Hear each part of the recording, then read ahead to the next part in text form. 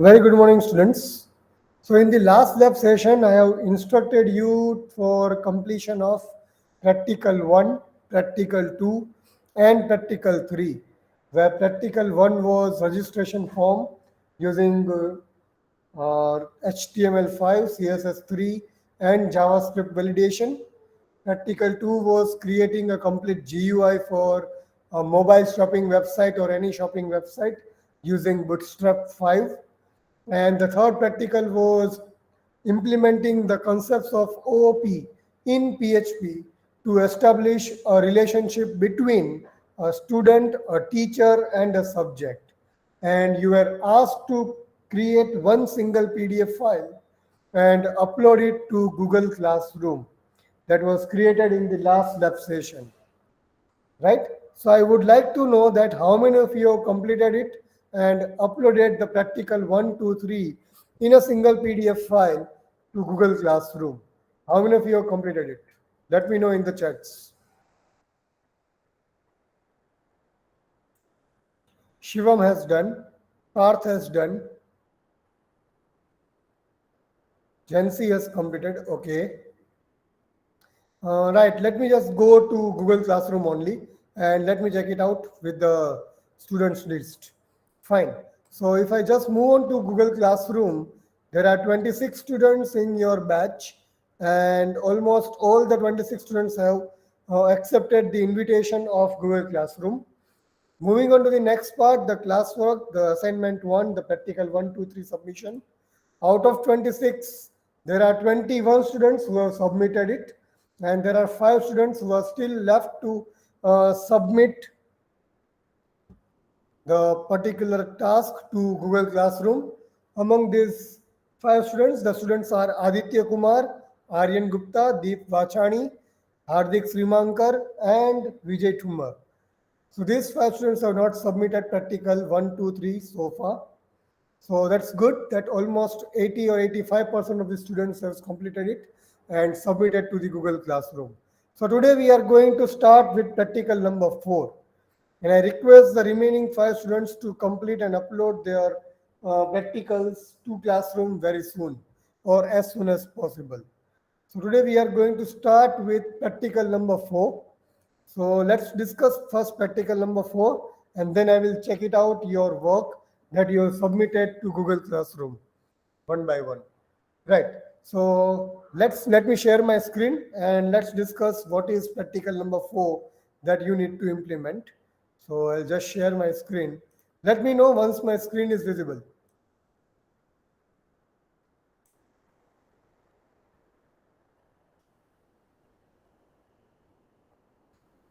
Just a moment, guys. I think there are some issues with my browser. So once the issues are resolved, I will start presenting. Give me a moment.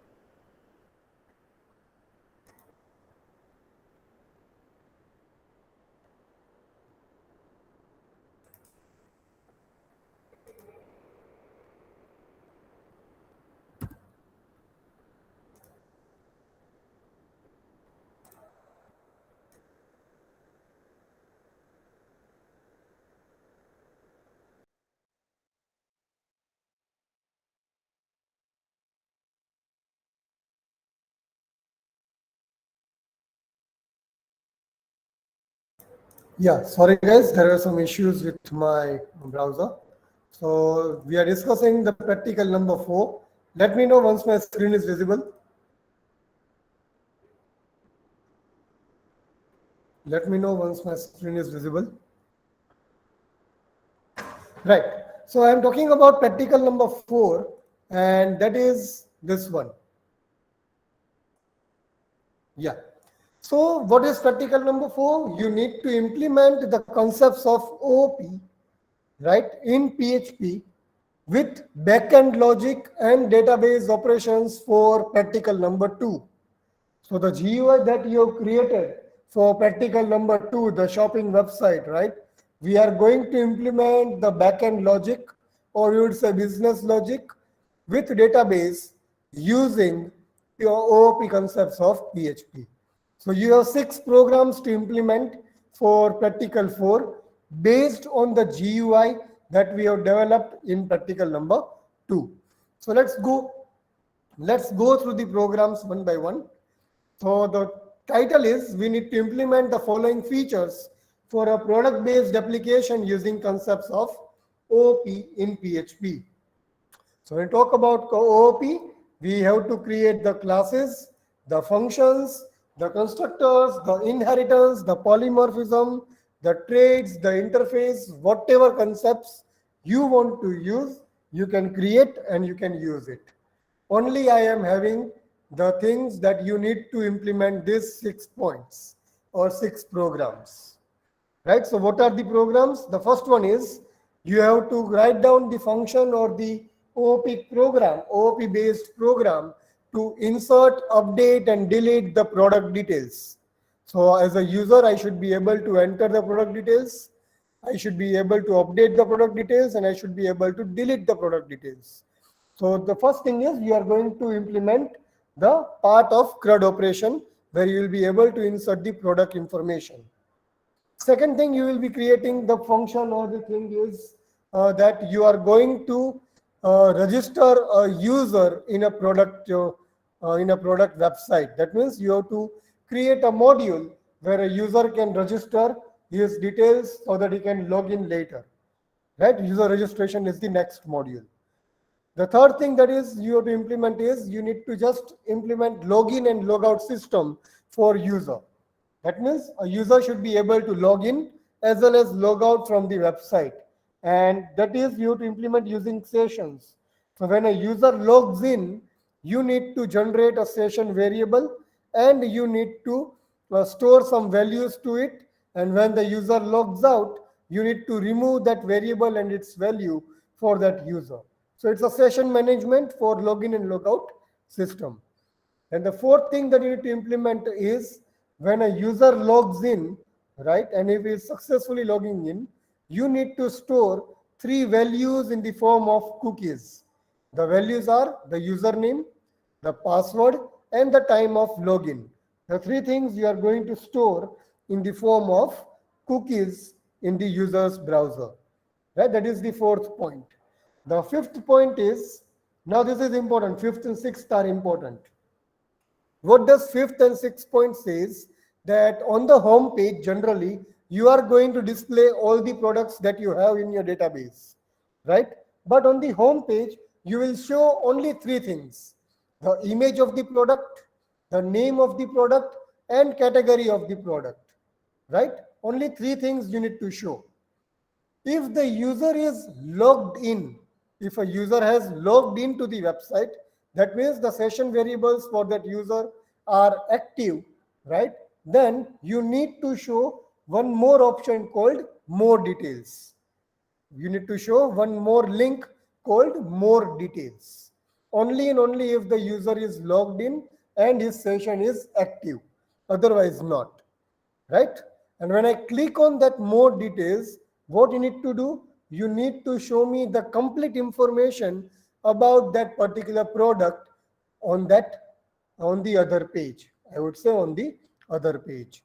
So this is what you need to implement in point 1 to point 6. Repeating point 5 and 6 again, I am saying that on the home page you will show all the products, but only 3 things you are going to show: product image, product name, and product category. And if the user has logged in, it means the user has started, the session has started for the user. Then and then show him more details option. And when I click on that more details, you will redirect me to detailed page and you will show the detailed information about that particular product, like product image, product name, product category, product type, product price, product quantity, product rating, product description. So this is called detailed information, right? So this is what you need to create. So let me just do one thing. Let me share my screen, entire screen. Let me share my entire screen and I'll show you what exactly I'm expecting from you.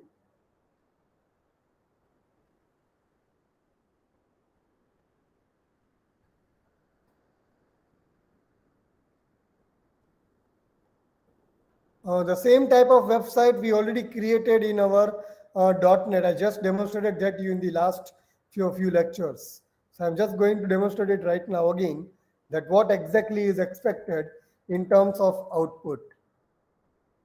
So let's say this is my home page, and right now I have not registered, I have not logged in. My session has not got started. So when I just not logged in, you have to show me only the three things: image, name, and category. Right now I've shown you some different information, right? But you have to show me image, then name, and the category. But when I log in, actually, let me go and log in now.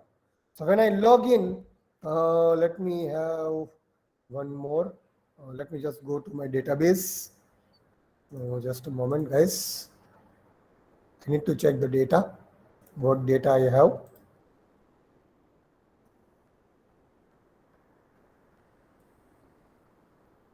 Okay, let me just copy it. And I'm just logging in now. So now I have logged in and my session is started. So logout option is now available. So this is what session management is. So when I now click on any of the option, you can see I have got more details option. Because my session has got started, I got more details option. And when I click on this more details, I should get the complete product description. So this is what you need to implement. When I log out, you can see, and if I go back to clothing, I will not see more details option. So this is what you need to implement in PHP, right? I hope I am clear with these instructions. I hope I am clear with the instructions.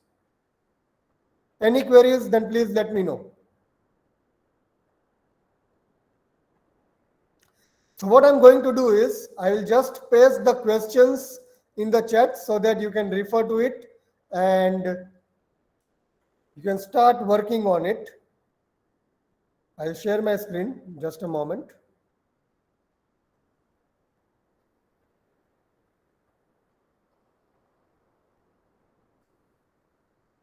Yeah, so these are the 6 questions that you need to implement.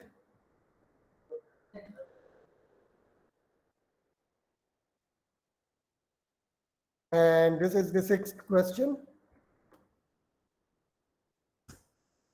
So just guys have a reference of these 6 questions and start working on it.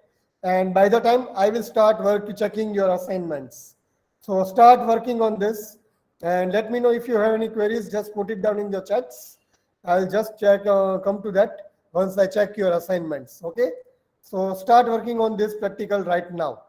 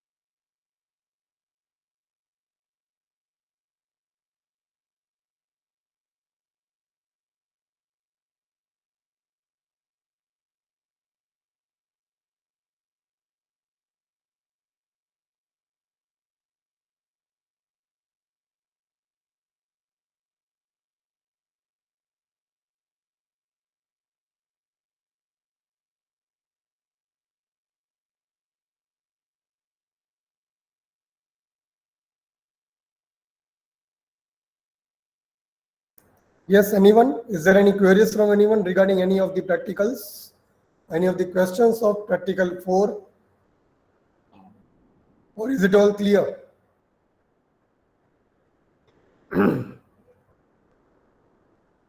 Fine, guys. So the deadline to complete this particular practical is 3 lab sessions.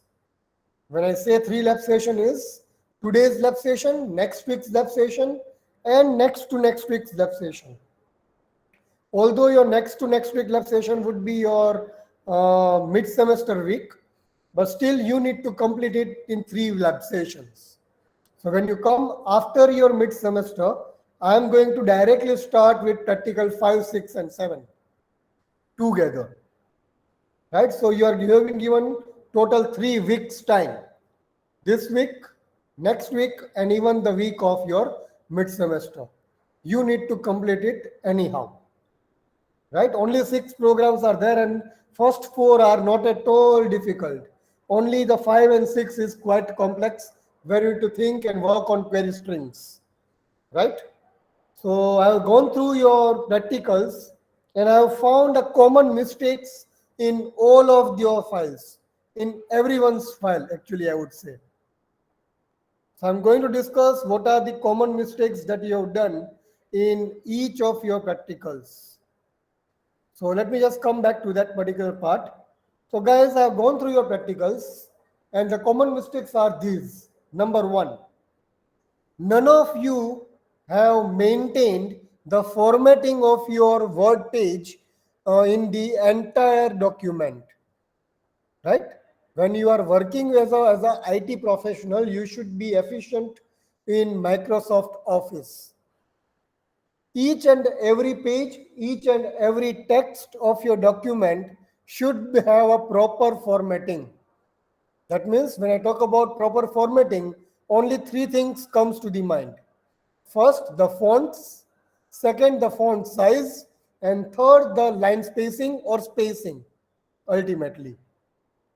None of your files have a proper formatting. None of your files, right?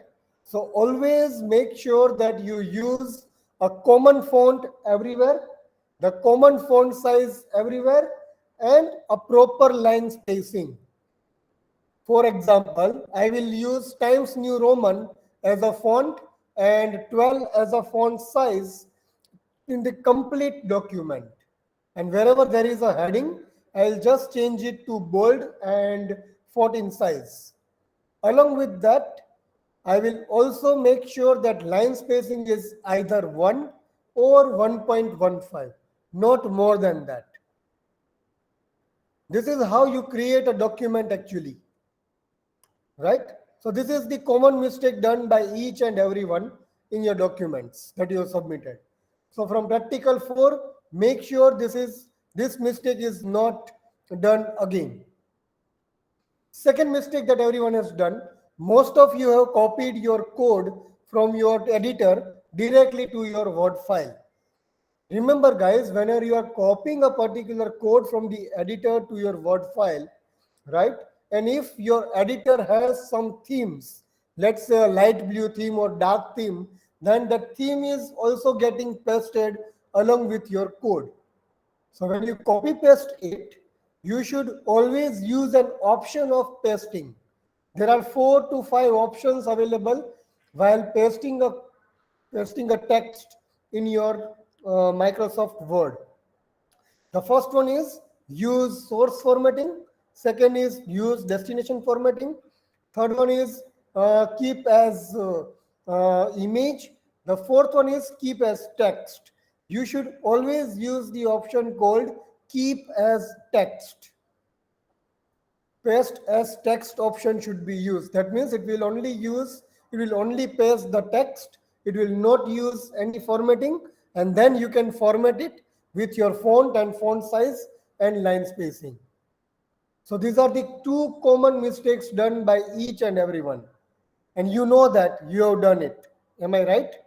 I can see the black screens and blue screens on my in your work. So make sure you overcome these mistakes from practical number 4. I hope I'm clear with these instructions. Am I clear? I will generate a Google Classroom for practical 4 during your mid semester, in the week of your mid semester, so that you can complete the PDF file and upload it to that. Right? So you have 3 weeks left 3 weeks time to complete practical 4 and upload it to Google Classroom. I hope I am clear with all the instructions, and now you can put on your enrollment numbers in the chats for attendance. Thank you.